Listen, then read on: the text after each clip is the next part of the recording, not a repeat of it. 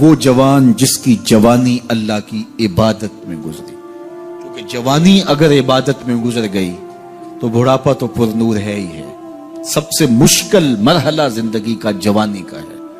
شیطان زیادہ ورغلاتا ہے کسی شخص کو جب وہ جوانی کے مرحلوں سے گزر رہا ہوتا ہے.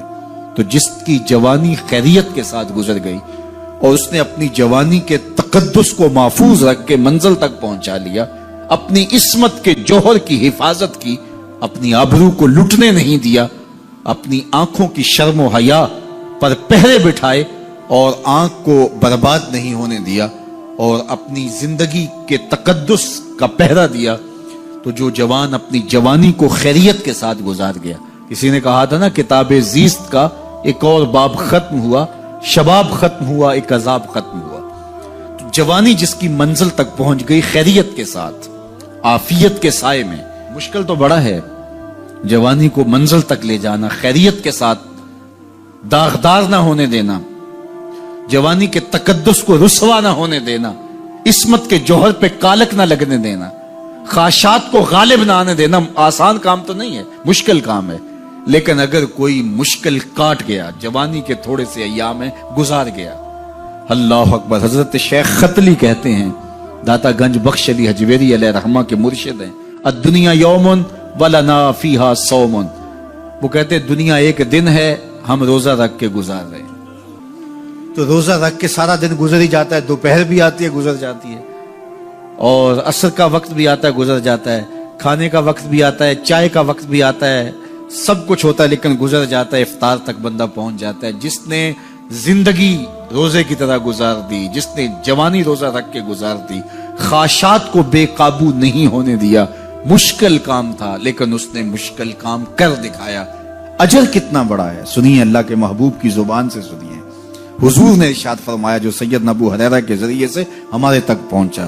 فرمایا قیامت کے دن جب سورج کا رخ سیدھا ہوگا، زمین تانبے کی ہوگی، لوگ پسینے میں شرابور ہوں گے، کوئی ٹخنوں تک پسینے میں، کوئی گھٹنوں تک، کوئی کمر تک، کسی کو پسینے کی لگام دی جائے گی.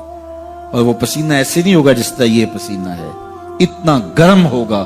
ابن رجب حنبلی کہتے ہیں اس پسینے کا ایک قطرہ اگر احد پہاڑ پہ ڈال دیا جائے تو وہ پگھل جائے، اتنا گرم ہوگا، بدبودار اتنا ہوگا. ایک قطرہ دنیا پہ ڈال دیا جائے، انسان کیا جانوروں کے دماغ بھی پھٹ جائیں. اس پسینے میں لوگ شرابور ہوں گے. لیکن جس نے اپنی جوانی کو عافیت سے گزارا ہوگا، کل قیامت کے دن جب کوئی سایہ نہیں ہوگا، اللہ اس جوان پر اپنے عرش کا ٹھنڈا سایہ عطا فرمائے. وہ شخص جس کو کسی عورت نے دعوت گناہ دی اور وہ صاحب منصب تھی، صاحب جمال تھی، اور اس نے یہ کہہ کے یہ خواہش، یہ آرزو مسترد کر دی، انی خاف اللہ. اسی طرح کوئی عورت ہے تو اس نے اپنے تقدس کی حفاظت کی، اپنی آبرو پہ پہرا دیا اور کسی پیشکش کو ٹھکرا دیا، تو فرمایا قیامت کے دن جب کوئی سایہ نہیں ہوگا، اللہ اسے بھی اپنے عرش کا ٹھنڈا سایہ دے گا. کیسا سخت دن ہوگا، اور وہ کس اعزاز میں ہوگا، کس تکریم میں ہوگا. یہ تو 4 دن 10-20 سال ہیں، اور وہ 50,000 سال کا ایک دن. پھر اس کو اللہ کا شکر ادا کرنا ہوگا کہ اللہ تو نے کتنا کرم کیا میرے اوپر کہ میری جوانی خیریت اور عافیت سے گزری، اور آج اس کا تو کتنا بہتر صلہ مجھ کو دے رہا. انسان جب کوئی اچھی بات سنتا ہے تو انسان کی فطرت ہے کہ وہ آگے منتقل کرتا ہے. آج کل وہ شیئر کر دیتے ہیں نا، جو بات آئے تو آپ اس کو آگے بڑھاتے ہیں، دوستوں میں شیئر کر دیتے ہیں. تو یہ انسان کی فطرت سے. افواہیں بھی اس لیے پھیلتی ہیں کہ جو بھی بات آپ سنتے ہیں فوری آپ کی کوشش ہوتی ہے کہ یہ سب سے پہلے دوستوں کو میں ہی بتاؤں. تو یہ انسانی فطرت ہے. تو جب افواہ اور ایسی چیز، کوئی غم کی خبر بھی ہو، کسی کی وفات کی خبر بھی ہو، تو اس وقت بھی انسان کی فطرت، سست سے سست آدمی بھی پھر جلدی جلدی فون کرتا ہے، آگے بڑھاتا ہے کہ فلاں سے ایک فوت ہو گیا. تو چونکہ یہ فطرت ہے، بات کو آگے بڑھانے کا شوق ہے انسان کے اندر رکھا ہے، اس سے چیزیں پھیلتی ہیں. اور پھر جو خیر کی خبر ہوگی یا خیر کی بات ہوگی تو اس کو تو آگے پھیلانے کا پھر ہمارا دین بھی ہمیں ترغیب دیتا ہے، جذبہ دلاتا ہے.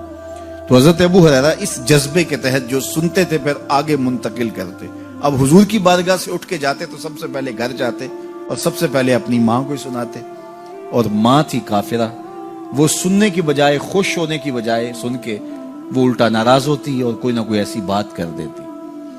سید ابو ہریرہ سے گوارا نہ ہوتا. ایک دن انہوں نے کوئی ایسی بات کر دی کہ حضرت سیدنا ابو ہریرہ رضی اللہ تعالیٰ عنہ نے فیصلہ کر لیا کہ آج ماں کو چھوڑ دینا ہے، کیونکہ میں یہ گوارا نہیں کرتا کہ میرے آقا کے بارے میں کوئی ایسا جملہ کوئی بولے. اور تھی گھر میں ماں ہی، بھائی بھی کوئی نہیں تھا، بہن بھی کوئی نہیں تھی، باپ بھی فوت ہو گئے تھے، شادی بھی نہیں ہوئی تھی.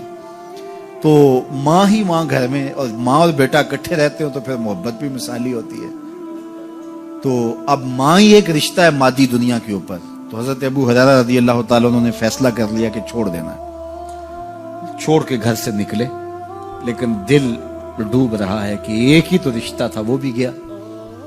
افسردہ ہے، حضور کی خدمت میں پہنچے. دل و قلب و نگاہ کے مرشد اولین نے ابو ہریرہ کی اداسی دیکھی تو فرمایا ابو ہریرہ کیا بات ہے؟ تو حضرت ابو ہریرہ جس طرح بندہ پھٹ نہیں پڑتا تو عرض کی حضور میری ماں کی ہدایت کی دعا کر دیجئے. ساری کہانی 2 لفظوں میں بیان کر دی، میری ماں کی ہدایت کی دعا کر دیجئے. حضور نے نہیں پوچھا کیا ہوا، کیا ماجرا ہوا، فوراً ہاتھ اٹھ گئے. اور لفظ کیا تھے؟ اللہم اہد ام ابی ہریرہ تھا، اے اللہ ابو ہریرہ کی ماں کو ہدایت دے دے. ادھر انہوں نے بے چینی سے یہ بات کہی، ادھر حضور کے ہاتھ اٹھے. پھر ان اٹھے ہوئے ہاتھوں کو خالی تو موڑا ہی نہیں جاتا. اجابت کا صحرا، عنایت کا جوڑا، دلہن بن کے نکلی دعائے محمد صلی اللہ علیہ وسلم. تو حضور علیہ السلام نے ہاتھ اٹھا دی، حضرت ابو ہریرہ نے دوڑ لگا دی. کسی نے پوچھا ابو ہریرہ آج بڑی جلدی ہے؟ کہا آج ہی تو دیکھنا چاہتا ہوں، گھر پہلے میں پہنچتا ہوں یا حضور کی دعا پہلے پہنچتی. جا کے دروازے کو دستک دی، اندر پانی کے کھنکنے کی آواز آ رہی تھی جس طرح کوئی غسل کر رہا ہو. آواز دی تو آواز آئی، بیٹا ابو ہریرہ ٹھہرو. میں بھی آئی. کہا لہجے سے سمجھ گیا اس میں محمد عربی کی دعا بول رہی ہے. تھوڑی دیر کے بعد میری ماں آئی تازہ آثار وضو سے، اور غسل کی وجہ سے ان کے جو ہے وہ بالوں سے قطرے ٹپک رہے تھے اور لبوں پر میرے حضور کا کلمہ جاری تھا. اللہ اکبر. سیدنا ابو ہریرہ تیرے مقدر پہ قربان. ایک سفر میں حضور علیہ السلام اور اصحاب گامزن تھے کہ راستے میں قیام کیا تو ایک قبیلے کی صلح کروانے کے لیے حضور علیہ السلام تشریف لے گئے. وہاں کچھ تاخیر ہو گئی تو صحابہ نے حضرت ابوبکر صدیق کو کہا کہ حضور رک گئے ہیں تو نماز کا وقت جا رہا ہے، آپ نماز پڑھا دیجیے. حضرت ابوبکر صدیق رضی اللہ تعالیٰ عنہ مصلی پہ کھڑے ہو گئے. اب نماز شروع ہوگی، ادھر سے حضور بھی فارغ ہو گئے. تو آقا کریم تشریف لائے. تو آقا کریم علیہ السلام جو ہی تشریف لائے تو صحابہ کی صفیں بندی ہوئی تھی. حضور کو دیکھا، انہوں نے راستہ چھوڑ دیا.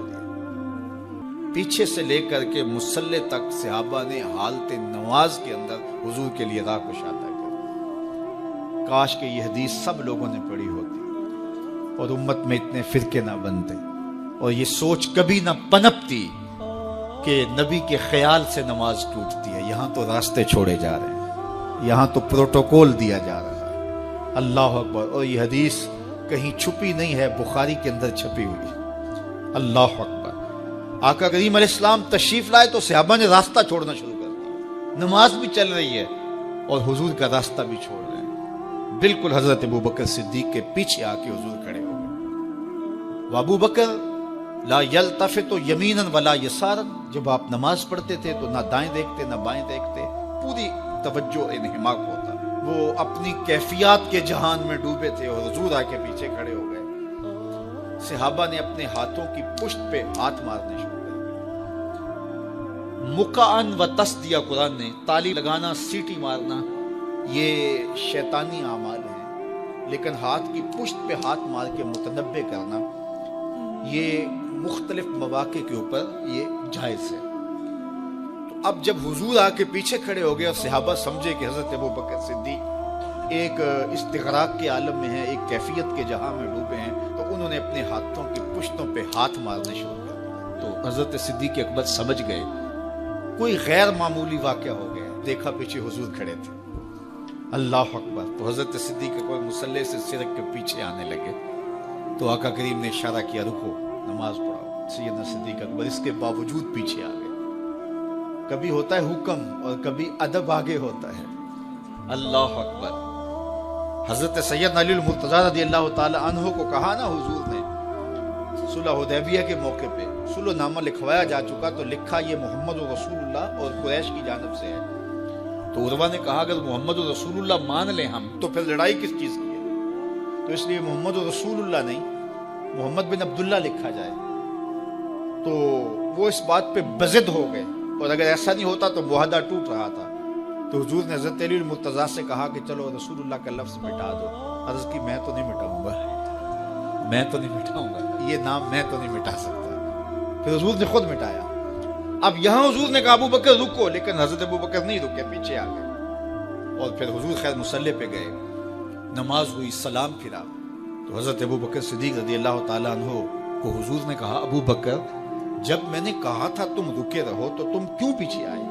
تو سنو حضرت ابو بکر نے کیا جواب دیا رضی اللہ تعالیٰ عنہ۔ کروڑوں سلام، لاکھوں عقیدتوں اور نیاز مندیوں کے خراج ان کی چوکھٹ پہ عرض کرنے لگے ما کانا لابن ابی قحافہ ان یؤم رسول اللہ صلی اللہ علیہ وسلم۔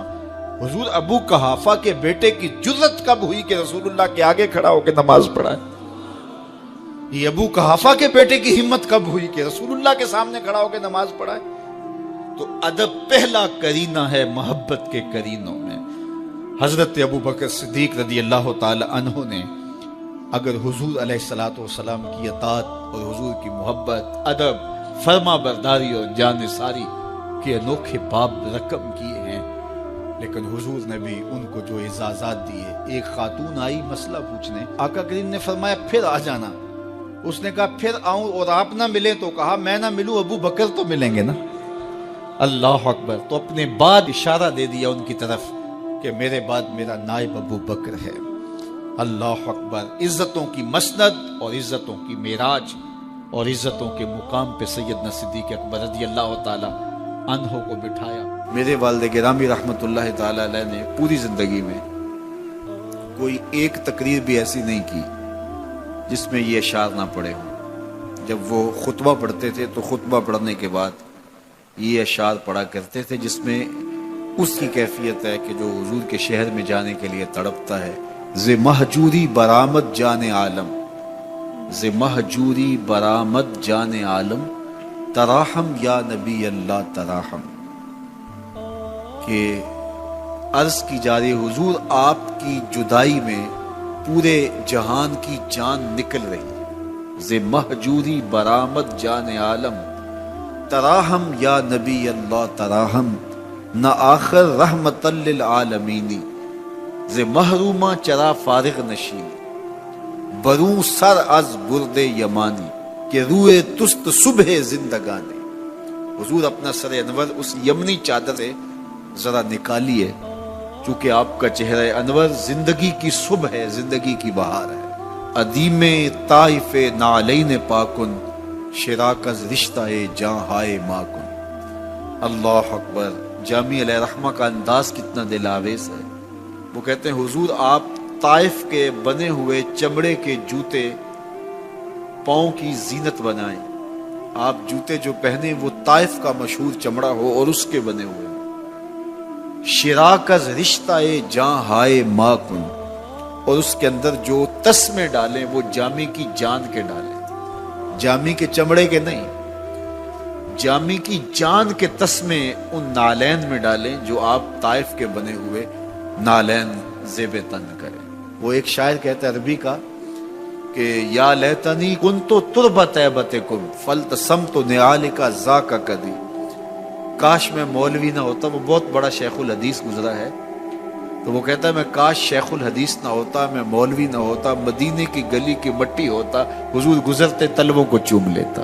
چے باشد گر کنی سوئے نگاہے، ہمیشہ گر نہ باشد گاہے گاہے، نگاہے یا رسول اللہ نگاہے، صد ہزاراں جبریل اندر بشر، بحر حق سوئے غریبہ یک نظر، یا رسول اللہ انظر حالنا، یا حبیب اللہ اسما قالنا، اننی فی بحر غم مغرقن، خذ یدی ساحل لنا اشکالنا، یا صاحب الجمال و یا سید البشر، من وجہک المنیر لقد نور القمر، لا یمکن الثناء کما کان حقہ، بعد از خدا بزرگ توئی قصہ مختصر۔ ساری کہانی آ کے یہی ختم ہوتی ہے. تو یہ میری اور آپ کی سعادت مندی ہے. اللہ کی توفیق سے آپ کے لیے اور آپ میرے لیے محبت اور دعا کے جذبات رکھتے ہیں، اور ہم ایک دوسرے کے لیے دعا گو ہیں کہ آج میں حاضر ہوا ہوں اور آپ نے جو ہے وہ میرے لیے اپنی آنکھوں کی چمک اور محبت پیش کی ہے. اللہ یہ دن آپ کو بھی نصیب کرے اور ہم آپ کی راہیں تکیں اور آپ کو دیکھیں کہ آپ حضور کے شہر سے ہو کے آئے. آپ بھی جائیں، آپ کے گھر والے، آپ کے ماں باپ جائیں، سب کو اللہ یہ سعادات اور یہ گھڑیاں اور یہ لمحے نصیب فرمائے اور اپنی خاص کرم نوازیوں اور رحمتوں سے مالا مال کرے.